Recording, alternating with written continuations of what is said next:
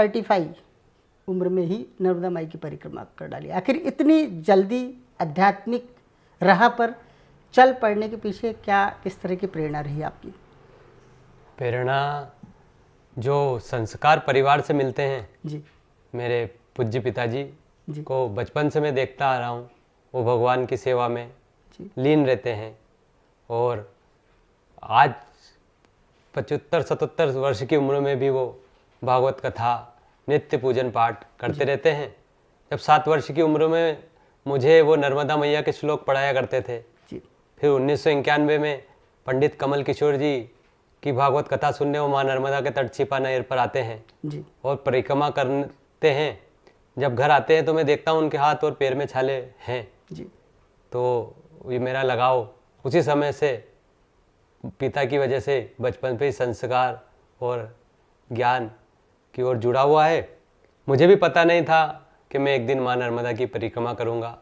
ये तो जगत का पालन करने वाली माँ रेवा नर्मदा के आशीर्वाद से ही संभव हुआ है, क्योंकि जिंदगी सबकी खुश नसीब नहीं होती। बिल्कुल सही कहा। और माँ नर्मदा की चरण चाकरी सबको नसीब नहीं होती। बिल्कुल सही कहा। और जो भी आ जाता है मेरी माँ नर्मदा की शरण में, जिंदगी कभी उसकी बदनसीब नहीं होती। क्या बात है, माई ने आपको कहीं ना कहीं काव्य प्रेमी रचनाकार भी बना डाला। आपका एजुकेशन काफ़ी हाई है, किस तरह की पढ़ाई हुई है? अच्छे एजुकेशन के साथ जब व्यक्ति अध्यात्म की राह पर चल निकलता है तो किस तरह की आत्म अनुभूतियाँ उसके जीवन में देखने को मिलती है? मेरा एजुकेशन बीएससी तक हुआ है जी और बड़े संघर्ष से हुआ है। पारिवारिक परिस्थितियों में मैंने बहुत संघर्ष किया है, पर एक भाव बना रहता था कि वो प्रभु, वो ईश्वर हमारे लिए कुछ ना कुछ जरूर करेगा। उसके घर देर है पर अंधेर नहीं। देर है पर कब आपने परिक्रमा की? कहा जाता है कि केवल 82 दिनों के भीतर ही परिक्रमा पूर्ण कर ली, जबकि कहा यह भी जाता है कि 3 साल 13 महीने 13 दिन, इतने दिनों की परिक्रमा आपने केवल 82 दिनों में कैसे पूर्ण की? 3 वर्ष 13 माह 13 दिन की परिक्रमा का महत्व है। और वो जो अध्यात्म से संत लोग जुड़े रहते हैं, साधु सन्यासी लोग जुड़े रहते हैं, वो आज भी 3 माह 13 दिन की परिक्रमा करते हैं। पर एक गृहस्थ जिसको परिवार का भी पालन करना है, बहुत सी जिम्मेदारियां उसके साथ जुड़ी रहती है, उसका भी मन होता है कि मैं भी माँ नर्मदा की परिक्रमा करूं। तो माँ सभी को अवसर प्रदान करती है।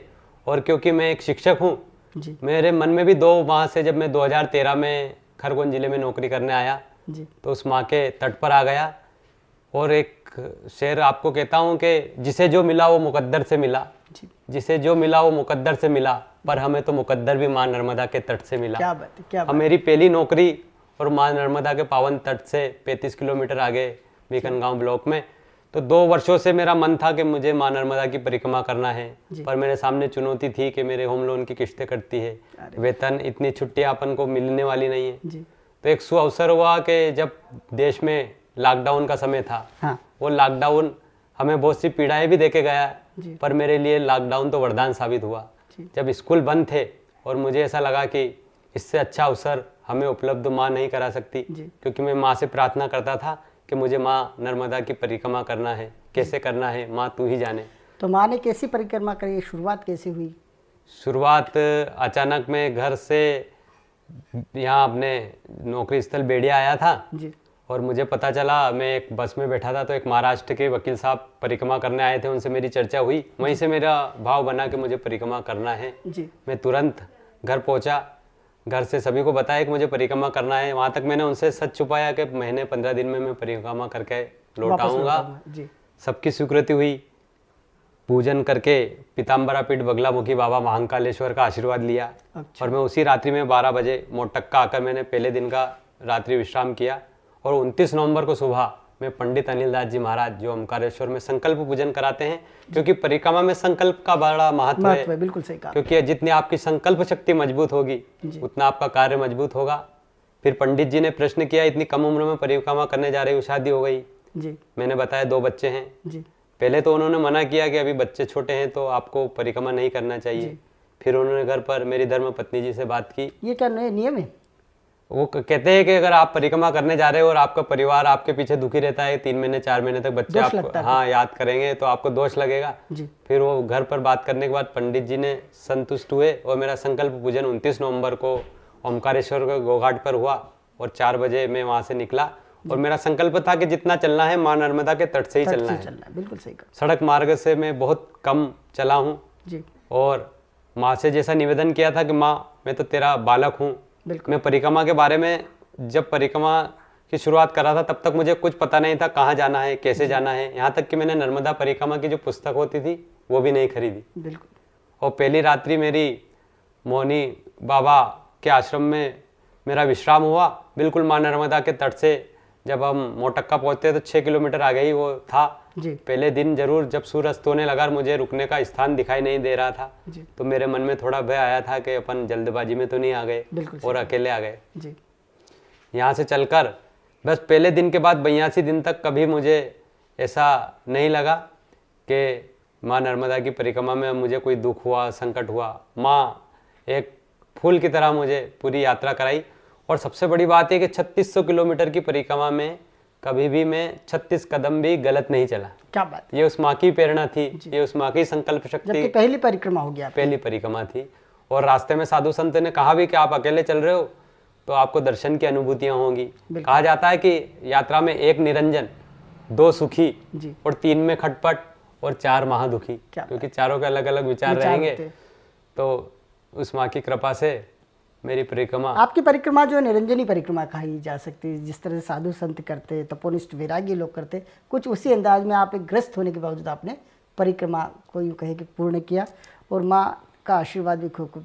किस तरह के अनुभव रहे? कहा जाता है कि परिक्रमा के दौरान कई बार साधु संतों के दर्शन तो होते ही, साथ ही साथ साक्षात माँ नर्मदा जी भी दर्शन देती है। किस तरह के अनुभव थे? जी, कहा जाता है जैसे सिंहस्थ और में हम देखते हैं लाखों साधु संत सिंहस्थ में हमें दिखाई देते हैं, तो एक मन में विचार आता है सिंहस्थ के बाद ये संत लोग कहाँ चले जाते हैं। बिल्कुल सही कहा। तो कुछ कहते हैं वो हिमालय की कंदराओं में चले जाते हैं। हिमालय की कंदराओं में सबका जाना संभव नहीं है, पर उन संतों के दर्शन करना है तो माँ नर्मदा के उन पावन तटों पर, जहाँ जंगल पहाड़ों में आपको मनुष्य और कोई नहीं दिखाई देगा, बस वो साधु संत अलौकिक मुद्रा में, अपनी ध्यान मुद्रा में, तपस्या में लीन बैठे हुए हैं। उन संतों के महान दर्शन माँ नर्मदा के इन्हीं पावन तट पर दक्षिणा में होते हैं। और जिस दिन से मैं घर से निकला था तब से मन में मैंने परिवार सबको त्याग दिया था और मन में एक ही भाव था कि मैं इस माँ का बेटा हूँ और ये मेरी माँ है। बस उसी को दिन रात नर्मदेहर का सुमिरन करना, दिन से रात्रि तक बस नर्मदे हर और उसी माँ को याद करता चलता था। क्या बात। तो जैसे समुद्र पार करने के बाद, समुद्र जब पार कर रहे थे तो एक छोट नौका में बैठे 4 से 5 घंटे समुद्र पार करने में रेवा सागर संगम में मुझे लगे। तो वहाँ ऐसा अनुभव होता है ये समुद्र नहीं, ये तो भव सागर है जिसे हम पार कर रहे हैं। और वहाँ से चलने के बाद मैं जब सीहोर जिले में पहुँचता हूँ तो माँ नर्मदा के चारों तरफ रेत के बड़े बड़े ढेर है, 2-2, 3-3 किलोमीटर तक रेत दिखाई दे रही है। तो माँ की बहती हुई धाराओं से नन्ही सी 4-5 साल की बालिका मुझे दूर से दिखाई दे रही है और वो मेरी तरफ आ रही थी। तो मैंने देखा आसपास के कोई बस्ती नहीं है और ये बालिका दौड़े दौड़े, जहाँ परिक्रमावासी का चलना में परेशानी होती है, चलना दूभर होता है, उस जगह तेजी से वो बालिका मेरी ओर दौड़ के आई। मैं उनके चरणों में गिरा, फिर मैंने कहा मैया आई हो तो आशीर्वाद दो। तो उन्होंने अपने नन्हे नन्हे हाथों से मेरे सर पर हाथ रखे। क्या बात, वो एक पहली दर्शन की अनुभूति हुई थी कि जैसी जाकी रही भावना जैसी, प्रभु मुहूर्त देखे वैसी। बिल्कुल सही कहा। इसके बाद हम सीहोर जिले में ही एक महेश शर्मा जी हैं, भार कच्छ में उनका निवास स्थान है। वहाँ जाकर माँ नर्मदा के अद्भुत चमत्कार उन्होंने मुझे बताए, अपने परिवार के किस्से सुनाए और उन्होंने कहा था कि ये पंडित का वचन है आपसे, आप अकेले जिस भाव से परिक्रमा कर रहे हैं आपको जरूर दर्शन की अनुभूति होगी। और उसके दूसरे दिन ही मुझे बालिका रूप में माँ ने दर्शन दिए। क्या बात। यहाँ से आगे चलने के बाद जबलपुर के पास जब बरगी डैम बना हुआ है तो हम बाहर से हाईवे से घूम के जाते हैं मनेरी। मनेरी में रोड पे चल रहा था और मेरे पास नित्य बच्चों के लिए बिस्कुट चॉकलेट लेकर चलता था मैं। क्या बात, वो रास्ते में मिलते थे। तो नर्मदा तट पर ऐसा कहा जाता है वो बच्चे नर्मदेहर के जयकारे करते हैं। बिल्कुल। तो हम उनको जब ये चीज देते तो हमको बड़ी खुशी होती। बिल्कुल। तो उस दिन सुबह से मेरे पास एक बिस्किट का पैकेट रखा हुआ था और 2 बज गए थे। तो मैंने सोचा आज हमें कोई मिला नहीं, तो मैंने कहा आज जो इसको मांगेगा उसी को बिस्कुट का पैकेट देना है और मैंने अपने उसे बैग में रख लिया। क्या बात है। शाम होते होते 5:30-6 बजे अंधेरा होने लगा था। तो एक छोटी सी दुकान थी, वहाँ रुककर मैंने पूछा भैया रुकने की व्यवस्था कहाँ मिलेगी हमें। तो कहने लगे आगे 3 किलोमीटर बाद खेर माई का स्थान है, मंदिर है, वहाँ आप रुक जाना। बिल्कुल। तो देखते चाय बन रही थी, एक और परिक्रमावासी मेरे पास में बैठे थे। एक बुढ़िया, जिसको हम कह सकते हैं फटे कपड़े थे, क्या बात, और दुकानदार की नज़रों में वो पागल थी। अच्छा। वो आके दुकान के सामने खड़ी होती है और दुकानदार उससे प्रश्न करता है, चलो आगे बढ़ो यहाँ से, यहाँ क्यों आए हो? जी। मैया ने कहा कि मुझे तो भूख लगी है। जी। तो दुकानदार के दुकान पर वो ब्रेड रखे हुए थे, उन्होंने उसको ब्रेड उठा के दिया। जी। तो मैंने देखा, वो दृश्य आज भी मुझे विचलित कर देता है। उसने ब्रेड की पूड़ी को यूं करके फेंक दिया दुकानदार के मुंह पर। क्या बात है। फेंका और ये शब्द कहे कि मैं तेरा छल कपट का खाने नहीं आई हूँ। क्या बात है, बहुत। मैं तेरा छल कपट का खाने नहीं आई हूँ। वो जो बाबा बैठे हैं, जी। उनके बैग में एक बिस्कुट का पैकेट रखा है, मुझे तो वो खाना है। अच्छा। मैंने तुरंत बिस्कुट का पैकेट मैया को हाथ में दिया, उनके दोनों चरण को छुआ। जी। मेरी आंखों में आंसू थे। जी। मैंने कहा था, अपन ने कहा था आज जो मांगेगा उसी को ये देंगे। वो मैया मेरे सामने बिस्कुट एक मुंह में दबाकर, सामने एक पहाड़ी थी उस पर चली जाती है। क्या बात। फिर मैंने दुकानदार से प्रश्न किया कि कौन है मैया? कह रहे कोई पागल होगी। फिर वही बात आ जाती है कि तेरी भावना में तुझे वो पागल दिख रही है, पर मेरे लिए तो साक्षात नर्मदा माई है, साक्षात। बिल्कुल सही कहा आपने। पूर्ण श्रद्धा के साथ में नर्मदा माई की परिक्रमा जब हम करते हैं तो कई चमत्कार होते हैं, और वो चमत्कार ऐसे चमत्कार होते हैं जो कि हम जीवन भर जब भी याद करते हैं रोमांचित हो उठते हैं, और जिसे सुनाते हैं उसके भी कई बार रोंगटे से खड़े हो जाते हैं। रवि जी, आपका जो मटेरियल लाइफ है, यूँ कहे कि जो आपका गृहस्थ आश्रम है, उसे भी आप बखूबी निभाते हैं। जी। किस अंदाज में?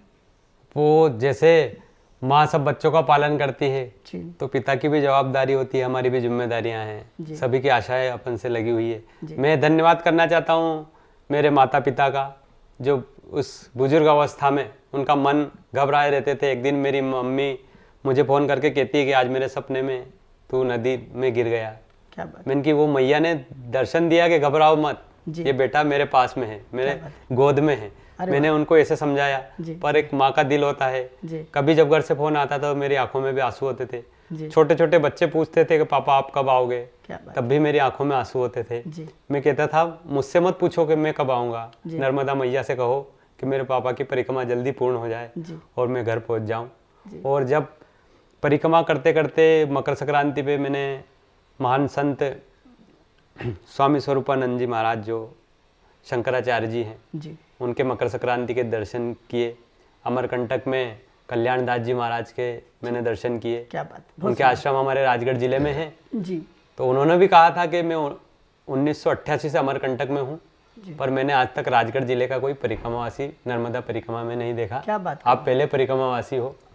तो उन्होंने मुझे इसने आशीर्वाद दिया और कहा कि ये शब्द कहे थे कि मुझे विश्वास नहीं होता जितने दिन में तुम ओकारेश्वर से समुद्र पार करके अमरकंटक आ गए, बिल्कुल इतने दिन में कोई पैदल आ सकता। ये इस बात पर भी काफ़ी चर्चा की जा सकती है कि केवल 82 दिनों में नर्मदा माई की परिक्रमा कैसे संभव कर पाए? प्रतिदिन कितना किलोमीटर चला करते थे? पहले दिन से मेरे मन में ये भाव था कि मेरा जो कर्तव्य है ड्यूटी का, जैसे लॉकडाउन खुला, स्कूल खुला, तो मुझे वो जवाबदारी भी निभानी है। तो मैं ये सोचता था कि जितना चल सके ज़्यादा। सुबह 4:30 बजे स्नान करने के बाद 5 बजे मैं नित्य परिक्रमा को निकल जाता था। और मैं दिन में जो भोजन होता था हमारा, कोई आश्रम में बोलते थे भोजन करके जाइएगा महाराज, तो मैं सोचता 2 घंटे यहाँ भोजन के लिए रुकूंगा तो 2 घंटे में मैं 8 से 10 किलोमीटर चल पाऊंगा। तो मैं रोजाना रात्रि में ही भोजन करता था। और कोई लोग अपने अनुभव सुनाते हैं, पर उस माँ की ऐसी कृपा थी, 82 दिनों में कभी मुझे भूखा नहीं रहना पड़ा। क्या बात है। जहाँ कोई व्यवस्था नहीं थी वहाँ भी कोई आ जाता था, अकेली संत मूर्ति हो आप कहाँ बनाओगे। पूरी यात्रा में मैंने 2 दिन भोजन बनाया। 80 दिन तक मुझे माँ का प्रसाद अपने आप मिला, ये भी उस माँ की कृपा थी। खास बात तो ये कि आपकी कद काठी जो है, आपका जो वजन है, परिक्रमा के लिए काफ़ी अनुकूल कहा जा सकता है, क्योंकि जितना शरीर जो है हल्का होगा, फिट होगा, वज़न कम होगा, उतना ज़्यादा व्यक्ति स्पीड से चल सकता है। अपना भार भी कई बार उठाने में लोग थक जाते हैं, लोगों का भार क्या उठाएंगे।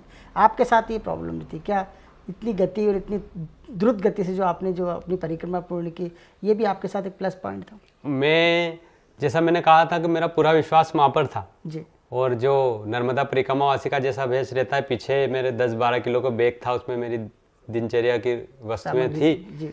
और एक कमंडल में मैं क्या करता था, रोजाना नर्मदा जल कमंडल में भर के ही चलता था जी। और उसी जल का सेवन करता था।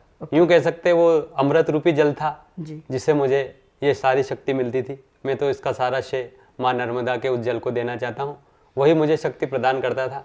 और बहुत सी जगह जहाँ हम रास्ता गुम हो जाते हैं, नर्मदे हर के जयकारे लगाते हैं। तो जब सिवनी मालवा जंगल अमरकंटक से मैं आ रहा था जी। तो एक ऐसी जगह थी वहाँ मुझे लग रहा था अब किधर जाना चाहिए जी। तो वहाँ गौ माता के रूप में एक गायों का झुंड आ जाता है और वो मुझे 3 किलोमीटर तक लेके चलता है और मैं रोड पे लग जाता हूँ। ये भी उस माँ का चमत्कार है। दमगढ़ के घने जंगल जिसे कहा जाता है, दमगढ़ के घने जंगल में मैं चलता हूँ, रात्रि हो जाती है जी। और एक संत की कुटिया के लिए मैं स्थान ढूंढते ढूंढते 8 बजे उस दमगढ़ की रामकुटी में पहुंचता हूँ। चारों तरफ अंधेरा है, पीछे से माँ का छोटा सा बाल रूप कलकल धाराएं बह रही है। क्या बात। तो मन में पहले दिन के बाद दमगढ़ में ऐसा लगा था कि अब अपन को रात में रुकना है, पूरे आसपास घनघोर जंगल है जी। तो ये भाव आया कि कैसे रुकेंगे, यहाँ अंधेरा हो रहा है। तभी एक 80 वर्ष के बुजुर्ग बैटरी की टार्च लेकर ऊपर से आते हैं जी। और मुझसे कहते हैं कि आप रुकोगे यहीं? मैंने कहा हाँ। तो कहते हैं वो संत जी कह के गए थे कि आज आप आश्रम में रुकना। क्या बात है। वो वहाँ भी माँ नर्मदा ने मेरी सहायता के लिए उनको भेजा, वो भी साक्षात मेरे लिए तो प्रभु का अवतार थे। बिल्कुल सही कहा। ज़्यादातर लोग देखे जाते हैं जो नर्मदा परिक्रमा पर निकलते हैं वो अपने साथियों के साथ निकलते हैं, 4 लोग, 6 लोग, 8 लोग, 15, 20, 25, 50 और अब तो 100-150 लोगों की परिक्रमा देखी जाती है। आप अकेले चले, अकेले चलने में पहाड़ी क्षेत्र, जंगली क्षेत्र, वन्य जीव, कई बार तेंदुए, शेरों की तक बात की जाती है जी। आपके परिक्रमा के इन 82 दिनों में कभी ऐसा अवसर आया? जी, अकेले परिक्रमा करने के लिए इसलिए निकला कि 2 साल से मैं साथ ढूंढ रहा था जी। नर्मदा खरगोन क्षेत्र में। मैंने लोगों से कहा तो कुछ कहते हैं बाइक से चलेंगे जी। पहले एक बार देख के आएंगे, और मेरा ये मानना था जब जा रहे हो तो सब सुख सुविधा को त्याग कर बिल्कुल सही कहा जाना, क्योंकि जो सुख सुविधा हमें घर पर मिल रही उसी की अपन कल्पना करके परिक्रमा में जाएंगे तो परिक्रमा नहीं एक पिकनिक हो जाएगा। बिल्कुल सही। क्योंकि माँ की उस खोज में जाना है तो अपना सब कुछ समर्पण और अर्पण दोनों ही माँ पर छोड़कर हमें जाना है। तो इसलिए मैं 2 साल तक इंतजार करने के बाद अब मैंने सोचा कि कठिन कार्य तो अकेले ही किए जाते हैं। बिल्कुल सही कहा। और मैं माँ नर्मदा के विश्वास पर चल पड़ा, और जब भी मुझे फ़ोन आते पूछते कि साथ में कौन है तो मेरा यही जवाब होता था कि साथ में तो माँ नर्मदा है। क्या साथ में क्या तो माँ नर्मदा है। वाकई इसे ही एक भक्त की श्रद्धा कहा जा सकता है, विश्वास, अटूट विश्वास कहा जा सकता है कि माँ मेरे साथ, माँ साक्षात नर्मदा जी है। और इसी बात के, इसी विश्वास ने आपको जो है पूर्ण परिक्रमा माँ नर्मदा जी की कराई। आपने उत्तम स्वामी जी के साथ भी इन दिनों आप कभी कभी परिक्रमा करते दिखाई देते हैं, ये कौन सा आपका नया? जी, अब जैसे मेरी परिक्रमा हो गई तो मेरा ऐसा भाव है कि नर्मदा परिक्रमा तो हर वर्ष मुझे करना चाहिए। क्या बात है। पर कुछ जवाबदारियां भी है जी, उनका भी निर्वहन करना जरूरी है। और मैं मन से तो जब उत्तम स्वामी जी महाराज ओमकारेश्वर में आए थे तो मेरा परिक्रमा के हिसाब से झोला लेकर चल दिया था। करीब 7-8 दिन तक मैं यात्रा में रहा जी। फिर घर से वापस फोन आने लगे, क्या पिछली बार आपने परिक्रमा की है जी, अब आप परिक्रमा में मत जाना। तो फिर मैं 10 दिन तक वो सुअवसर परम पूज्य श्री ब्रह्मचारी ईश्वरानंद जी महाराज के साथ परिक्रमा का अवसर किसको मिलता है। बिल्कुल। तो जब ओमकारेश्वर से मैं खरगोन जिले में 6-7 दिन तक गुरुदेव के सानिध्य में रहा जी। और वहाँ यात्रा के प्रभारी तपन जी भाई साहब ने एक दिन मेरा परिचय भी कराया उत्तम स्वामी जी से जी कि ये बालक है जिसने 82 दिनों में अकेले माँ नर्मदा की परिक्रमा की है। तो ऐसे महान संत का आशीर्वाद भी मुझे मिला, ये भी उस माँ नर्मदा की कृपा से संभव। सार्वजनिक रूप से आपका सम्मान भी वहाँ रखा गया और आपके बारे में उत्तम स्वामी जी ने साथ में चल रहे जो 150 से ज़्यादा लोगों का जत्था, परिक्रमा वासियों का जत्था उनके साथ चल रहा, उनसे आपको रूबरू होने का मौका भी मिला। आप एक तपोनिष्ठ बतौर पहचाने जा सकते हैं, जिस तरह से आपका अंदाज है, सादगी भरा अंदाज, यूँ कहे कि आप साधारण दिखते हैं लेकिन असाधारण व्यक्तित्व के धनी है। आध्यात्मिक दृष्टिकोण की बात की जाए तो गृहस्थ आश्रम में आपको किस तरह के आध्यात्मिक क्रियाकलापों के, या जिस तरह से आप परिक्रमा करते, तप करते, लगातार जाप करते नर्मदा माई के नाम का, लाभ पहुँचते हैं? जी, फिर वही बात आ जाती है, जैसा अपना भाव रहता है, जैसा अपना विश्वास रहता है जी। मेरा ईश्वरी आस्था दृढ़ है जो मुझे परिवार से, मेरे पिताजी से मिली है जी। और जिस स्थिति से, आर्थिक स्थिति हमारी इतनी कमज़ोर थी, उन परिस्थितियों को भी मैंने देखा है। बिल्कुल सही। उन परिस्थितियों से निकल कर उस परम पिता, इस माँ के भरोसे जिस मार्ग पर माँ ने मुझे पहुँचाया है, मैं मानता हूँ कि सब कुछ उस माँ की कृपा है। तो धीरे धीरे मेरा दृढ़ विश्वास और माँ नर्मदा पर बढ़ता गया। जब भी मुझे कोई संकट आता है, कोई परेशानी आती है, तो मैं माँ नर्मदा के तट पर पहुँच जाता हूँ और जो कुछ कहना है मेरी माँ से कहता हूँ, और वो माँ जितना रिजल्ट आजकल इंटरनेट के युग में, इंटरनेट पे इधर दो उधर रिजल्ट ले लो, जी जी, ऐसा ही रिजल्ट मुझे तुरंत मिलता है। क्या बात, बहुत तो इससे मेरी इच्छा शक्ति और बढ़ती जा रही है जी। और मैं घर से 400 किलोमीटर दूर हूँ। क्या बात है। सभी लोग कहते हैं ट्रांसफर कराओ, पर जैसे ही ट्रांसफर की मुहिम चलती है, मेरा मन आवेदन लिखते लिखते ही ये हो जाता है कि अगर ट्रांसफर करा लिया तो माँ से दूर हो जाएंगे। क्या बात, ये भाव मुझे वापस खींच लाते हैं और मैं ट्रांसफर के लिए आवेदन नहीं करता। क्या बात है। मैं आप एक नर्मदा माई के ऐसे भक्त हैं, हालांकि नर्मदा माई के बहुत सैकड़ों भक्त ऐसे हैं, और मैं तो ये मानता हूँ कि जो लोग हायर एजुकेशन करते वही लोग जो है असली भक्त ईश्वर के बनते हैं, माँ नर्मदा माई के बनते हैं। आप डिजिटल प्लेटफॉर्म पर माँ नर्मदा माई के जो वृत्तांत थे उसको लेकर सक्रिय रहते हैं। इन दिनों आप एक पुस्तक भी लिखना चाहते हैं नर्मदा माई को, किस तरह की तैयारी है? पुस्तक में जब नर्मदा परिक्रमा पे गया था जी, तो मुझे परिक्रमा के बारे में कोई ज़्यादा जानकारी नहीं थी जी। मैं यूट्यूब सर्च करता था कि नर्मदा परिक्रमा का रूट कहाँ जाना है क्या, तो मुझे कोई दिखते थे तो यूट्यूब पे वीडियो पर सब अपने वीडियो दिखते थे, उसमें कोई लेख नहीं आता था किस जगह जाना है। तो मैंने उसी दिन सोचा था तो परिक्रमा में मैं नित्य का वृत्तांत, यात्रा वृत्तांत लिखता था। वृत्तांत रोज व्हाट्सएप पे क्षेत्र के लोगों को भी डालता था, क्योंकि हमारा क्षेत्र नर्मदा माई से दूर है। वहाँ लोगों को पता यहीं तक है ओंकारेश्वर के तट पर भोलेनाथ है, नर्मदा मैया है।